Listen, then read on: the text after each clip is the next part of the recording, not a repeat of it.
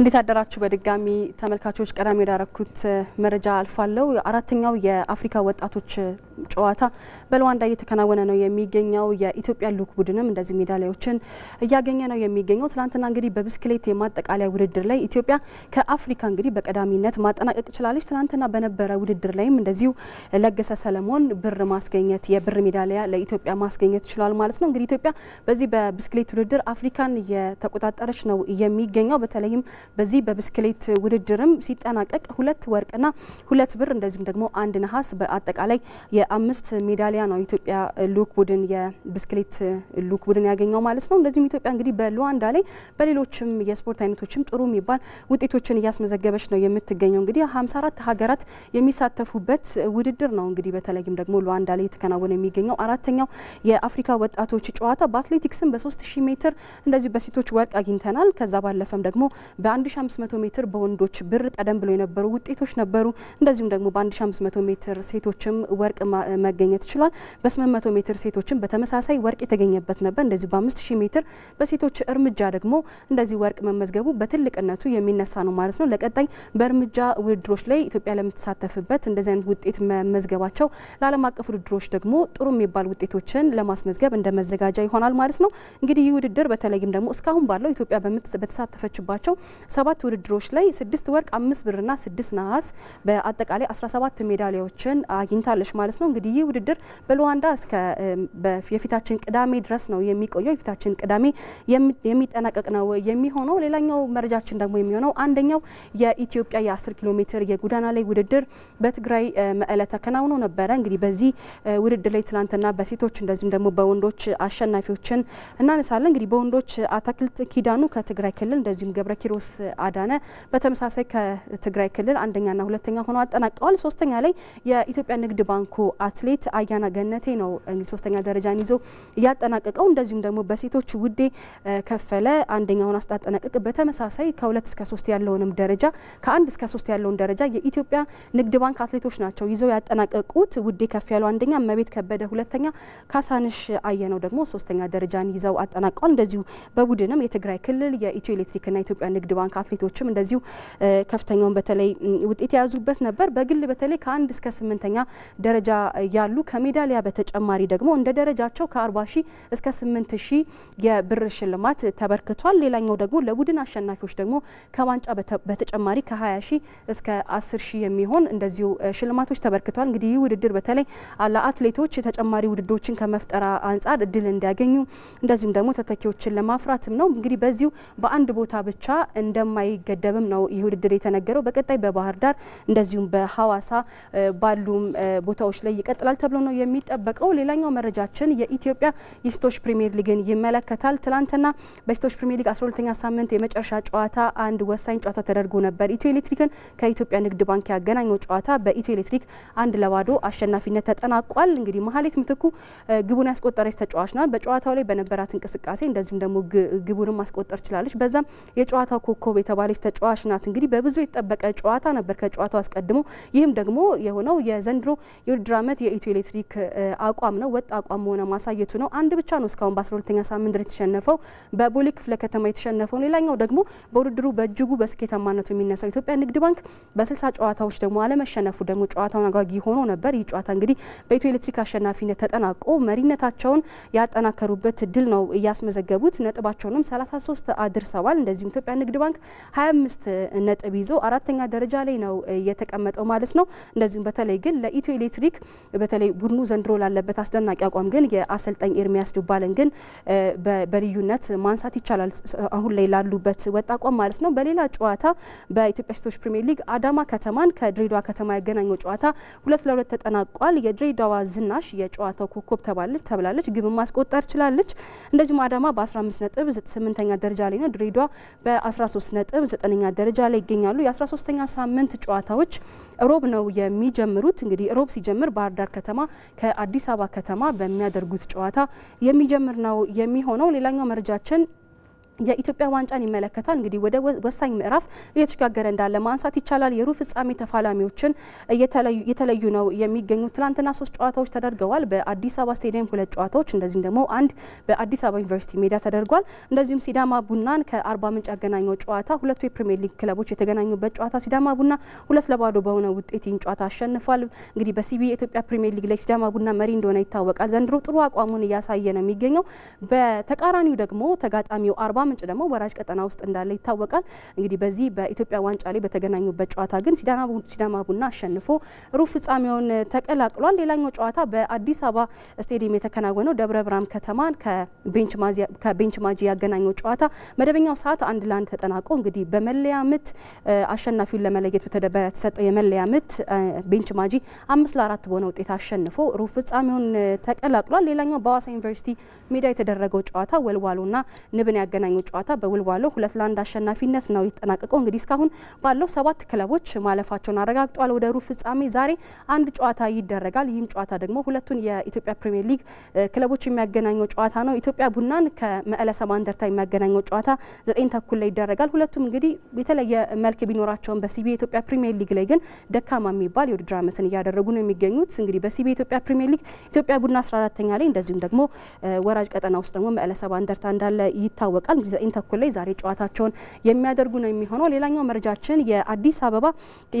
ከተማ የእጅ ኳስ ሻምፒዮናን ይመለከታል። ትናንትና የፍጻሜ ጨዋታ ተደርጎ ነበረ። መቻልን ከኦሜድላ ያገናኘ የፍጻሜ ጨዋታ ነበር። በዚህም ጨዋታ መቻል 39-34 በማሸነፍ ኦሜድላን እንግዲህ መቻል የውድድሩ ሻምፒዮን ሆኗል ማለት ነው። ሁለቱም እንግዲህ በእጅ ኳስ ከሚነሱ ክለቦች መካከል ከፊት የሚቀመጡ ክለቦች እንደሆኑ ማንሳት ይቻላል። ቂርቆስ ክፍለ ከተማ 3ኛ ሆኖ አጠናቋል። በዚህ ውድድር በሴቶች 3 ቡድኖች በተሳተፉበት እሸት የእጅ ኳስ ቡድን እንደዚሁ አሸናፊ ሆኗል። እንግዲህ በቀጣይ የኢትዮጵያ የእጅ ኳስ የፕሪሚየር ሊግ ጨዋታዎች ደግሞ እንደዚሁ በቀጣይ የሚከናወኑ ነው የሚሆነው። በቀጣይ ወደ እንግሊዝ ፕሪሚየር ሊግ ጨዋታዎች እናልፋለን። በእንግሊዝ ፕሪሚየር ሊግ የ16ኛ እንግዲህ ሳምንት ጨዋታዎች ተከናውነዋል። ትላንትና ማንቸስተር ሲቲ ከክሪስታል ፓላስ ያገናኘው የሴልኸርስት ፓርክ ጨዋታ ክሪስታል በተለይ ማንቸስተር ሲቲ 3-2 በሆነ ውጤትን ጨዋታ አሸንፏል። ሁለቱን ግቦች በጨዋታና በፍጹም ቅጣት ምት ኤርሊንግ ብራውት ሃላንድ አስቆጥሯል። እንደዚሁም አንዱን ግብ ደግሞ ፊል ፎደን ነው ያስቆጠረው። በዚህ ጨዋታ ላይ እንግዲህ በተለይ ሙከራዎችን ያልተጠቀሙበትን አጋጣሚ በክሪስታል ፓላስ በኩል ማንሳት እንችላለን። አንድ ተጫዋች ደግሞ በልዩነት ከክሪስታል ፓላስ ካነሳን ወጣቱን የ21 ዓመቱን አዳም ዋርተንን ማንሳት እንችላለን። ማንቸስተር ሲቲ በተለይም የመጀመሪያ ሙከራውን ለማድረግ 29 ደቂቃዎችን ወስዶበት ነበረ። እንደዚሁም ደግሞ የመጀመሪያውን ግብ ኤርሊንግ ብራውት ሃላንድ ሲያስቆጥር 22 ቅብብሎች ነበሩ ማለት ነው ግቡ እስኪቆጠር ድረስ። ይህም እንግዲህ ከ2024 በኋላ ለመጀመሪያ ጊዜ ነበር ማለት ነው። ሮድሪ ካስቆጠረው በ2024 ሮድሪ ካስቆጠረው ግብ በኋላ ማለት ነው። በመጀመሪያው 45 ላይ ግን ጥሩ ያልሆነውን ማንቸስተር ሲቲ ማንሳት እንችላለን። በክሪስታል ፓላስ የፍጹም ቅጣት ምት ወይም ደግሞ ሳጥን ውስጥ 4 ጊዜ ብቻ ነው ኳስ መንካት የቻሉት የነበረው። ትናንትና ግን ወሳኝ ነጥብ ማንቸስተር ሲቲ አሳክቷል። ፊል ፎደን እንደዚሁ ባለፉት 4 ጨዋታዎች እንደዚሁ 6 ግቦችን አንድ ደግሞ አመቻችቶ ማቀበል ችሏል። ይሄ በትልቅነት የሚነሳ ነው። ኤርሊንግ ሃላንድም አሁንም 17 የፕሪሚየር ሊግ ግቦችን አስቆጥሮ በከፍተኛ ግብ አስቆጣሪነት እየመራ ነው። ሪያን ቼርኪም ትላንትና ለግብ አመቻችቶ ማቀበል ችሏል። የነዚህ 3 ተጫዋቾች ደግሞ በፕሪሚየር ሊጉ ጥምረትም እንደዚሁ በልዩነት የሚነሳ ነው። ሲቲ 34 ነጥቦችን ይዞ ሁለተኛ ደረጃ ላይ ተቀምጧል። ሌላኛው ጨዋታ 5 ግቦች የተቆጠረበት የለንደን ስቴዲየም ጨዋታ ነው። አስቶን ቪላ ይህንን ጨዋታ ከኋላ ተነስቶ 3-2 በሆነ ውጤት አሸንፏል። በተለይም ደግሞ ከኋላ ተነስቶ ይህን ጨዋታ ሲያሸንፍ ሞርጋን ሮጀርስ 2 ግቦችን አስቆጥሯል። እንደዚሁም ደግሞ ማቭሮፓኖስ ራሱ ላይ ያስቆጠረው ግብ ነው አስቶን ቪላን 3-2 እንዲያሸንፉ ያደረገው ማለት ነው። ትላንትና 2 ግቦችን የዌስትሃምን ግቦች ማቲያስ ፈርናንዴዝ እና ጃረድ ቦን ነው ግቦቹን ያስቆጠሩት። በተለይም የማቲያስ ፈርናንዴዝ ግብ በ29ኛው ሰከንድ ላይ የተቆጠረች ግብ ናት። በዚህም በውድድር ዓመቱ ፈጣኑ ግብ ሆኖ ተመዝግቧል ማለት ነው። አስቶን ቪላ 33 ነጥቦችን ይዞ 3ኛ ደረጃ ላይ የተቀመጠው። ዌስትሃም ደግሞ በተለይ ከህዳር ወር ወይም ደግሞ ከኖቬምበር 8 በኋላ ማሸነፍ አልቻለም። እንደዚሁ 18ኛ ደረጃ ላይ ነው የተቀመጡ። እንግዲህ ኡናይ ኤምሬ ምናልባት ዘንድሮ በአውሮፓ መድረክ ክለቡን ማሳተፋቸው ባለፈ ዘንድሮ ዋንጫ ሊያሸንፉ የሚችሉበት እድል እንዳለ ማንሳት ይቻላል። ከፕሪሚየር ሊጉ ባለፈ በአውሮፓ መድረክም በዩሮፓ ሊግ ጥሩ ጉዞ ላይ ነው የሚገኙት ማለት ነው። እንደዚሁም ሌሎች የእንግሊዝ ፕሪሚየር ሊግ ውጤቶችን እናነሳለን። ኖቲንጋም ፎረስት ይቅርታ ኖቲንጋም ፎረስት ከቶትናም ያደረጉት ጨዋታ ሲቲ ግራውንድ ላይ የተደረገ ጨዋታ ነበር። ይህንን ጨዋታ ኖቲንጋም ፎረስት 3-2 በሆነ ውጤት አሸንፏል። ጨዋታውን ሁርሰን ኦዶይ 2 ግቦችን ሲያስቆጥር ሳንጋሬ አንዷን ግብ አስቆጥሯል ማለት ነው። ቶትናም እንግዲህ ካለፉት 5 ጨዋታዎች 4 ነጥቦችን ብቻ ነው መሰብሰብ የቻለው። ቶማስ ፍራንክ በብሬንትፎርድ ጥሩ ነገርን ሰርተው ቢመጡም ግን በአጀማመራቸው በቶትናም ቤት ግን ትንሽ የከበዳቸው ነው የሚመስለው። ሼንዳሽ ደግሞ በተቃራኒው ደግሞ ኖቲንጋም ፎረስት ቤት ከመጡ በኋላ መነቃቃት በኖቲንጋም ፎረስት ቤት እየታየ ነው የሚገኘው። ምንም እንኳን ደረጃቸው 16ኛ ደረጃ ላይ ቢሆንም ግን መነቃቃቶች እንዳሉ በአውሮፓ መድረክም እንደዚሁም ደግሞ በፕሪሚየር ሊጉ ላይ ማንሳት ይቻላል ማለት ነው። ትላንትና ግን ቶትናም ሆትስፐር በጨዋታው ላይ አንድ ብቻ ነው ኢላማውን የጠበቀ ሙከራ ማድረግ የቻሉት በዚህ ጨዋታ ላይ ማለት ነው። እንግዲህ ቶትናም 11ኛ ደረጃ ላይ ተቀምጧል። ትላንትናም ጨዋታውን እንደዚሁ ተሸንፏል ማለት ነው። ሌላኛው ደግሞ የታይንዊር ደርቢ ነው። ይህ ደርቢ ሰንደርላንድን ከኒውካስትል ዩናይትድ ያገናኘው ጨዋታ ነበር። የዚህ ጨዋታ አሸናፊ ደግሞ ሰንደርላንድ ሆኗል። ሰንደርላንድ ጨዋታውን 1-2 በሆነ ውጤት ነው ያሸነፈው። ትላንትና በብዙ በደጋፊዎች እንደዚሁም ደግሞ በሜዳ ላይ ውጥረት የታየበት ጨዋታ ነበረ። እንግዲህ ሰንደርላንድ ትላንት 1-2 ሲያሸንፍ የሰንደርላንድ ተጫዋች አይደለም ግቡን ያስቆጠረው የኒውካስትሉ ወሳኝ ተጫዋች በተለይ ደግሞ ለኒውካስትል ያለፉትን ጨዋታዎች ግብ በማስቆጠር ወሳኝ የሆነው ቮልተማደ ራሱ ላይ ኒውካስትል ላይ ያስቆጠረው ግብ ነው ሰንደርላንድን 1-2 እንዲያሸንፉ ያደረጋቸው። በተለይ ግቡ ከተቆጠረ በኋላ በሁለተኛው 45 ላይ ወደ 7 የሚደርሱ የቢጫ ካርዶች የመሀል ዳኛው አስመልክቷል ማለት ነው። ይህም እንግዲህ እንደ አጠቃላይ ደግሞ በጨዋታው ላይ 9 የቢጫ ካርዶች ተመልክቷል። ምን ያክል ባላንጣነታቸው ከፍ ያለ እንደሆነ የሚነሳውም ደግሞ በጨዋታው ላይ ሰንደርላንዶች ግብ ሲያስቆጠሩና በቦርድ ላይ የውጤቱን በሚገልጸው ቦርድ ማስታወቂያ ላይ እንደዚሁ እንግዳው ቡድን 0 ሰንደርላንድ 1 በሚል ነበረ የገለጹት። ይህም አስገራሚ ያደረገው ነበር ማለት ነው። ትላንትና ግን ሰንደርላንድ ማሸነፍ ችሏል ማለት ነው። ብሬንትፎርድ ከሊድስ ያገናኘው ጨዋታ እንደዚሁ 1-1 የተጠናቀቀ ጨዋታ ነው። እንደዚሁም ዛሬ የእንግሊዝ ፕሪሚየር ሊግ ጨዋታዎች ዛሬም ሲቀጥል ማን ዩናይትድ ከቦርንማውዝ የሚያደርጉት ጨዋታ ይጠበቃል። ማን ዩናይትድ እንግዲህ ኦልትራፎርድ ላይ የሚደረግ ጨዋታ ነው። ይህ ጨዋታ ዩናይትድ ወልቭስን አሸንፎ ነው የመጣው። እንግዲህ ጠንካራ የተከላካይ መስመር መያዝ ይኖርበታል። ምንም እንኳን ቦርንማውዝ ደከም ያለ አቋም ላይ አሁን ቢገኝም ግን ሁሌም ባለፉት በተለይ ደግሞ 2 የኦልትራፎርድ ጨዋታ ላይ ማን ዩናይትድ ላይ የበላይነቱ ወስዷል ቦርንማውዝ። ስለዚህም በዚህ ጨዋታ ላይ ማን ዩናይትድ ተከላካይ ጥንካሬ ይፈልጋል ማለት ነው። በዚህ ጨዋታ ላይ ሃሪ ማጉዌርና ማቲያስ ደላይት በተከላካይ ክፍሉ እንደማይኖሩ እንደዚሁ አሰልጣኙ ጠቁሟል። ቤንጃሚን ሼሽኮም በህመም የማይኖር ተጫዋች ነው። ወደ አፍሪካ ዋንጫ የሚያቀኑ ተጫዋቾች ግን በዚህ ጨዋታ ላይ ስለመኖራቸው ወይም ደግሞ በስብስቡ ስለመኖራቸው ለምን ያክል ጊዜ ይቆያሉ የሚለው ግን አሰልጣኙ ወይም ደግሞ ሩበን አሞሪም ምላሽ መስጠት አልፈለገም። ሜሰን ማውንት ግን በዚህ ጨዋታ ላይ ቁልፉ ተጫዋች ይሆናል ተብሎ ነው የሚጠበቀው። ቦርንማውዝ ያለፉትን 2 ጨዋታዎች ላይ ምንም ግቦችን ማስቆጠር አልቻለም። ምናልባት ይህን ጨዋታ እንግዲህ የሚያሸንፉበት እድል ካለ በተከታታይ በኦልትራፎርድ ማን ዩናይትድን ያሸነፉበት 3ኛው ጨዋታ ይሆናል ማለት ነው። ወደ ሌላኛው መርጃችን ስናልፍ ላሊጋን እናገኛለን። ላሊጋ 17ኛ ሳምንት ላይ ደርሷል። ባርሰሎና ቀደም ብሎ ማሸነፉ ይታወቃል። መሪነቱን ማጠናከሩ ትናንትና ሪያል ማድሪድ ዲፖርቲቮ አላቬስን 2-1 በሆነ ውጤት አሸንፏል። ኬሊያን ምባፔና እንደዚሁም ደግሞ ሮድሪጎ ናቸው ግቦቹን ያስቆጠሩት። የመጀመሪያው 45 ላይ ነው ኬሊያን ምባፔ ያስቆጠረው። እንደዚሁም ደግሞ ሮድሪጎ ሁለተኛው 45 ላይ ነው ግቦቹን ያስቆጠሩት። ካርሎስ ቪንሴንቴ የዲፖርቲቮ አላቬስን ግብ ያስቆጠረ ተጫዋች ነው። ጃቪ አሎንሶ እንግዲህ በጫና ውስጥ እንደሚገኝ እንደነበረ ይታወቃል። በዚህ ጨዋታ ላይ ግን ማሸነፉ ትልቅ እፎይታን እየሰጠው ነበር ማለት ነው። በዚህ ጨዋታ ላይ እንግዲህ 6 ኢላማቸውን የጠበቁ ሙከራዎችን አድርገው ነው 2 ግቦችን ያስቆጠሩት። ኬሊያን ምባፔ እንግዲህ አሁን 17ኛ የላሊጋ ግቡን ነው ያስቆጠረው። ሪያል ማድሪድን ከተቀላቀለበት ከ2024 በተለይ ደግሞ የሐምሌ ወር በኋላ እንደዚሁ 7 ግቦችን ለሪያል ማድሪድ ማስቆጠር ችሏል። ይህ በልዩነት የሚነሳ ነው። እንግዲህ ቀደም ብሎ ጃቪ አሎንሶ ወደ ሪያል ማድሪድ ሲመጣ የሮድሪጎና የጃቪ አሎንሶ ግንኙነት መሻከር ውስጥ እንደነበር የሚታወቅ ነው። ትላንትና ወሳኙን ነጥብ ሪያል ማድሪድ ሲያሳካ የማሸነፊያውን ግብ ያስቆጠረው እንግዲህ ይህ ተጫዋች ሮድሪጎ ነበር። ባይሆን ምናልባትም ሪያል ማድሪድ ነጥብ የሚጥልበት ነበር ማለት ነው። ትላንትና ሌሎች የላሊጋ ጨዋታዎችም ተደርገው ነበር። ሴቪያ ሪያል ኦቬዶን 4-2 በሆነ ውጤት አሸንፏል። ሴልታ ቪጎ አትሌቲክን 2-2 እንደዚሁም ደግሞ ሌቫንቴ ከቪያሪያል ያደርጉት የነበረው ጨዋታ ግን ወደ ሌላ ቀን ተዘዋውሯል። ይህም ደግሞ ከባድ ዝናብ ያስተናግዳል ወይም ይዘንባል በመባሉ ነው ጨዋታው የተቀየረው ማለት ነው። ወደ ሴሪ የጣሊያን ሴሪ እናልፋለን። 15ኛ ሳምንት ላይ ደርሷል። ትናንትና ናፖሊ ተሸንፏል። እንግዲህ በተለይም ደግሞ ከሜዳ ውጪ በኡዲኒዜ ነው 1-2 በሆነ ውጤት የተሸነፈው። አክለን ካምፕ እንግዲህ በተለይ ከርቀት ያስቆጠራት ግብ ለኡዲኒዜ እጅግ በጣም አስደናቂ የምትባል የምትባል ግብ ነበረች። ሌላ ሁለት ግቦችን ማስቆጠረው በቪኤአር በመለሶ ምልከታ እንደዚሁ የተሻረበት አጋጣሚ ነበር። የኮንቴ ስብስብ ግን በርካታ ጉዳቶች እንዳሉበት ይታወቃል። ያለፉ ጨዋታዎችን እንደዚሁ በሴሪ ወሳኝ ነጥቦችን ሰብስቦ ነበር።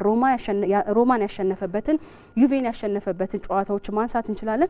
ከዛ በኋላ ግን በአውሮፓ ሻምፒዮንስ ሊግ በቤኔፊካ እንደዚሁ የተሸነፈበትን ደግሞ ጨዋታ ማንሳት እንችላለን ማለት ነው። እንግዲህ ካለፉ 8 የሜዳ ውጪ ጨዋታዎች በአራቱ ተሸንፏል ናፖሊ። ይሄ እንግዲህ ጥሩ የማይባል ታሪክ ነው ማለት ነው። ምናልባት ቢያሸንፉ ኖሮ ደግሞ ኤስ ሚላን ነጥብ መጣሉን ተከትሎ ወደ መሪነት የሚመጡበት እድል ነበር። ናፖሊ በ31 ነጥብ 3ኛ ደረጃ ላይ ተቀምጧል። እንደዚሁም ቀጣይ በጣሊያን ሱፐር ካፕ ከኤስ ሚላን የሚጫወቱ ነው የሚሆነው።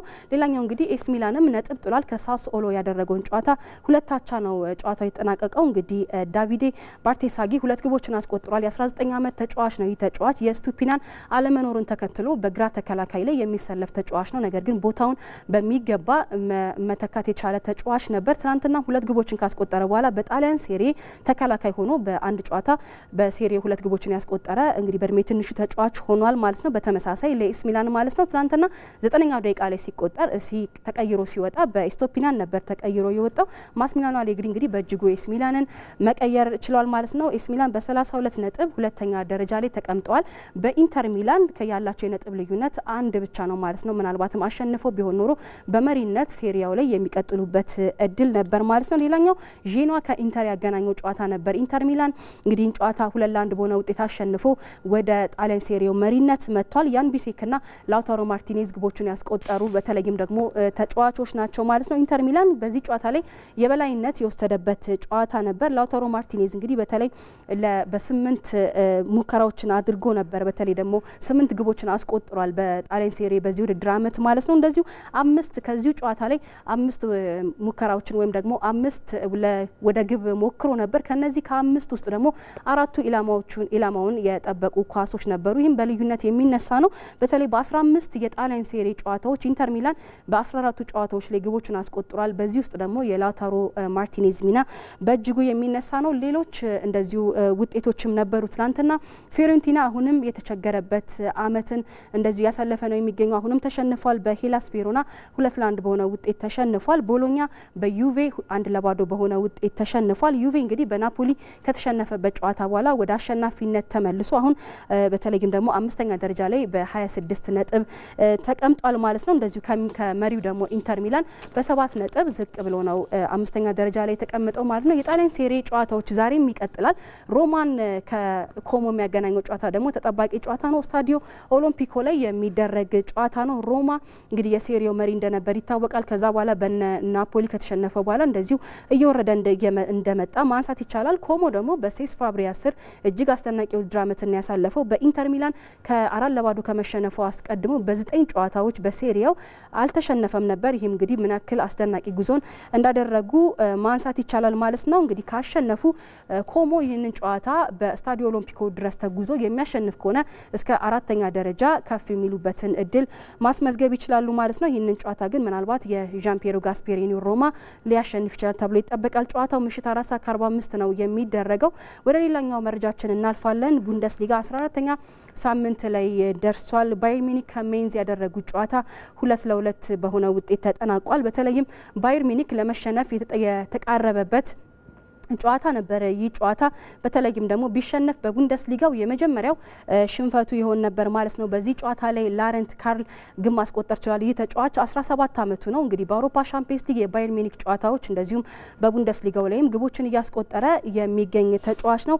ትላንትና እንግዲህ ባየር ሚኒክ 2-1 በተለይ 2-2 ጨዋታ ከጨዋታው 1 ነጥብ ይዞ ሲወጣ የሃሪ ኬን ያለቀ ሰዓት ደቂቃ ግብ ወይም ደግሞ የፍጹም ቅጣት ምት ግብ ነበረ ከመሸነፍ ያዳናቸው። ቪንሰንት ኮምፓኒ እንግዲህ ይህንን ወጣቱን ካርልን አድንቆታል። ባየርን በ38 ነጥብ በተለይ ከተከታዩ አርቢ ሌፕዚግ በ9 ነጥቦች ርቆ እየመራ ነው የሚገኘው። አርቢ ሌፕዚግ ቀደም ብሎ አርብ ዕለት በኡኒዮን በርሊን መሸነፉ የሚታወስ ነው። ሌላኛው ጨዋታ ፍራይቡርግን ከቦሩሲያ ዶርትመንድ ያገናኘው ጨዋታ 1-1 የተጠናቀቀ ጨዋታ ነው። በዚህ ጨዋታ ላይ ቦሩሲያ ዶርትመንድ ቀድሞ ቢያስቆጥርም ግን መሪነቱን ማስጠበቅ አልቻለም። እንደዚሁም ጁቤ ቤሊንጋምም በቀይ ካርድ ከሜዳ የተሰናበተ ተጫዋች ነበር። 3ኛ ደረጃ ላይ ተቀምጠዋል በ27 ነጥብ ማለት ነው። ሌላኛው ጨዋታ ጨዋታ ዌርደር ብሬመንን እንደዚሁ ከሽቱትጋርት ያገናኘው ጨዋታ ነበር። ይህን ጨዋታ ሽቱትጋርት 4-2 በሆነ ውጤት ማሸነፍ ችሏል ማለት ነው። ወደ መጨረሻው መረጃችን እናልፋለን። የመጨረሻው ጉዳያችን የሚሆነው በዝርዝር የምንመለከተው ጉዳይ ይሆናል።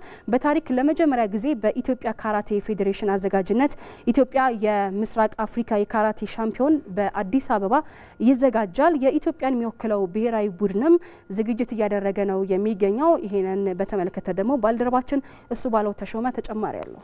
ካራቴ በጃፓን የተጀመረ ተወዳጅ የማርሻል አርት ስፖርት እንደሆነ ይነገራል። ራስን መከላከል፣ ዲሲፕሊንና አክብሮት ላይ በሚያተኩረው በዚህ ስፖርት አትሌቶች ራሳቸውን ለመጠበቅ ቡጢዎችን፣ ምቶችንና ፈጣን እንቅስቃሴዎችን ይጠቀማሉ። ስፖርቱ ጥንካሬን፣ ሚዛንን፣ ትኩረትንና በራስ መተማመንን ለማሻሻል ይረዳል። ተማሪዎች ሰውነታቸውንና አእምሯቸውን እንዲቆጣጠሩም ያስተምራል። ዛሬ ካራቴ በዓለም ዙሪያ የተለመደ ሲሆን ኦሎምፒክን ጨምሮ በዋና ዋና ውድድሮች ውስጥም ጭምር ተካቷል። የካራቴ ስፖርት በኢትዮጵያ መዘውተር ከጀመረ ዘመናት አስቆጥሯል። በታሪክ ለመጀመሪያ ጊዜ በኢትዮጵያ ካራቴ ፌዴሬሽን አዘጋጅነት ኢትዮጵያ የምስራቅ አፍሪካን የካራቴ ሻምፒዮና ከታህሳስ 13 እስከ 17 ለማካሄድ ዝግጅት እያደረገች ትገኛለች። 14 ሀገራት በሚሳተፉበት በዚህ መድረክ ኢትዮጵያ ውድድሩን ማዘጋጀቷ በተለያዩ ካታጎሪ ለመሳተፍ እንድትችል እድል የሰጠ ሆኗል። በኢትዮጵያ አስተናጋጅነት ለመጀመሪያ ጊዜ በሚደረገው ለዚህ ውድድር የኢትዮጵያ ብሔራዊ ቡድን ተወዳዳሪዎችና አሰልጣኞች በቂ ዝግጅት እያደረጉ ስለመሆናቸው ተናግረዋል። ያለው ትሬኒንግ እጅግ በጣም ደስ የሚል ትሬኒንግ ነው እየሰራን ያለ ነው።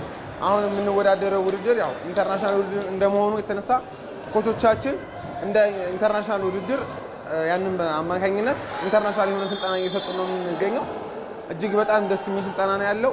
ምንድነው ከውጤት አንጻር ፕሮግራም አውጥተን እየተዘጋጀን ያለ ነው። በጥሩ ዝግጅት ላይ እንገኛለን። ልጆቹ ላይ ጫና ፈጥረን ለውጤት የቀረበ ነገር ለመስራት እየሰራ በካታና በኮሚቴ ዝግጅት እያደረግን ነው። በካታ በሁለት ካታጎሪ በነጠላና በቡድን እየተዘጋጀ ነው።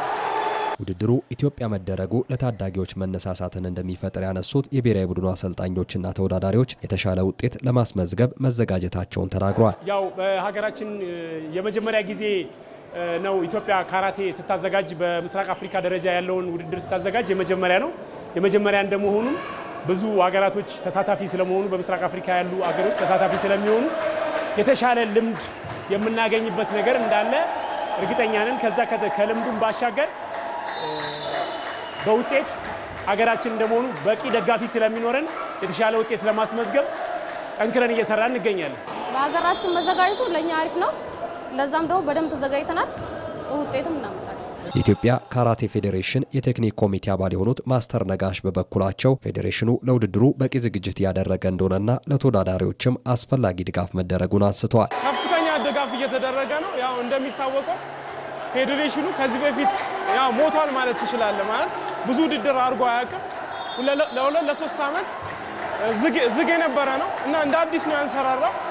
ያም ደግሞ ከበጀት ከአንዳንድ ነገር ጋር ያ ፌዴሬሽኑ በራሱ እየተንቀሳቀሰ ከፍተኛ በጀት ለስፖርተኛ ድጋፍ እያደረገ ነው። መኝታቸውንም እዚያ አመቻችቷል። ኢቭን ከትሬኒንግ በኋላ ያሉ ፋሲሊቲዎችን ሁሉ አመቻችቷል። እንደምታዩት እንትን እያለ ነው። ስለዚህ ፌዴሬሽኑ ከፍተኛ ድጋፍ እያደረገ ነው ለስፖርተኞቹ በራሱ ማለት። ተወዳዳሪዎቹ ዝግጅት በሚያደርጉበት ስፍራ ሲያበረታቱ ያገኘናቸው ለ55 ዓመታት በካራቴ ስፖርት የቆዩት ሲኒየር ማስተር ሰለሞን ከበደ ውድድሩ እዚህ መዘጋጀቱ ለሀገሪቱ ከቱሪዝም አንጻር አበርክቶ እንዳለው ተናግሯል። ለምሳሌ እኛ ብሔራዊ ቡድን ይዘን ወደ ውጭ ስንሄድ ከሄዱት አንዱ ነኝ። አገር ታያለ፣ ሰው ታውቃለ፣ ጥሩ ነገሮችን ታያለ።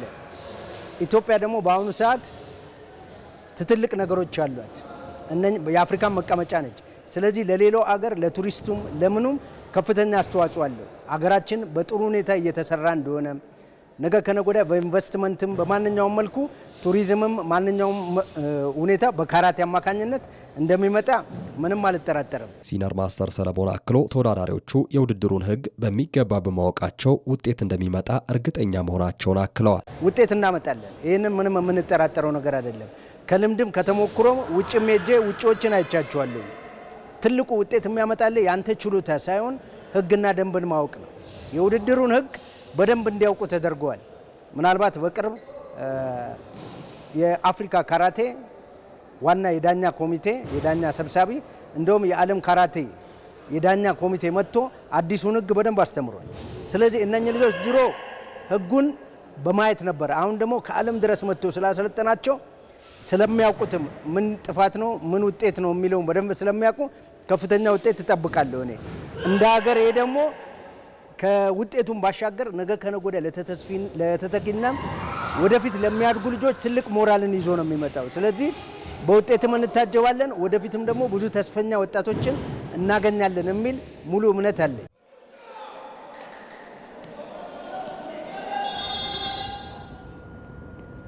ተመልካቾቻችን ለአዲስ ቀን ያዝናቸው የስፖርት መረጃዎቻችን ይመስሉ ነበር። በሰላም ዋሉ። ተመልካቾችን ወደ እናንተ ልመልስ። እናመሰግናለን። አመሰግናለሁ።